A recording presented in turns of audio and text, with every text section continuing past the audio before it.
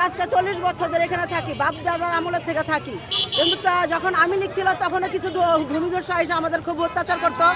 এখন বিএমপি আসে নাই, তাই বিএমপি না আসতে আমাদের এসে হুমকি দেয় যে এখন রাস্তা ছাড়েন, নালে বস্তি ছাড়েন, নালে আপনাদের পুরাফোন মাইরে ফেলামো, নাহলে ধরে নিয়ে যাবো। মিথ্যা মামলি জানে। আমাদের দাবি এই সরকারের কাছে, নতুন সরকারের কাছে, যে সে আমাদের কাছে একটা ব্যবস্থা করুক, নাহলে আমরা বসতে কই যাবো। আমাদের বাঁচানোর কোনো রাস্তা নেই, মরণের রাস্তা নেই। আমাদের মানে ধুকে মারতেছে। আমাদের দাবি হচ্ছে আমরা এই দীর্ঘ 40 বছর মানে আমি, আমার বাপে, আমার দাদাই সবাই এই জায়গায় বসবাস করছি, ঠিক আছে।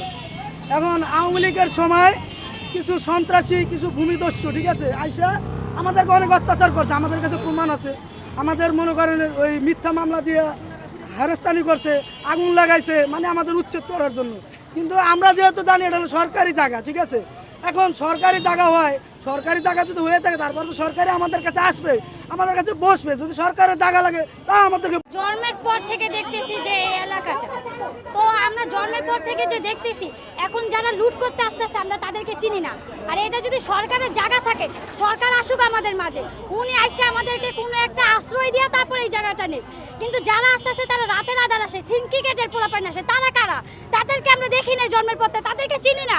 এখানে এক বড় ভাই সাজে, বড় ভাই নিয়ে আসে, আলালের দোকানে আলোচনা হয়, তারা ফরিদ আসে, রনি আসে, তারা কারা? তাদেরকে তো আমরা দেখি নাই।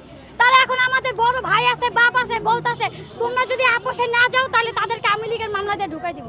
আমরা এটা চাই না। আমরা চাই আমাদেরকে এইখান থেকে সরাই দেওয়ার আগে আমাদেরকে একটা আশ্রয় দেয়। আর এটা যদি সরকারের জায়গা হয়ে থাকে আমরা আপোষে সরে যাব।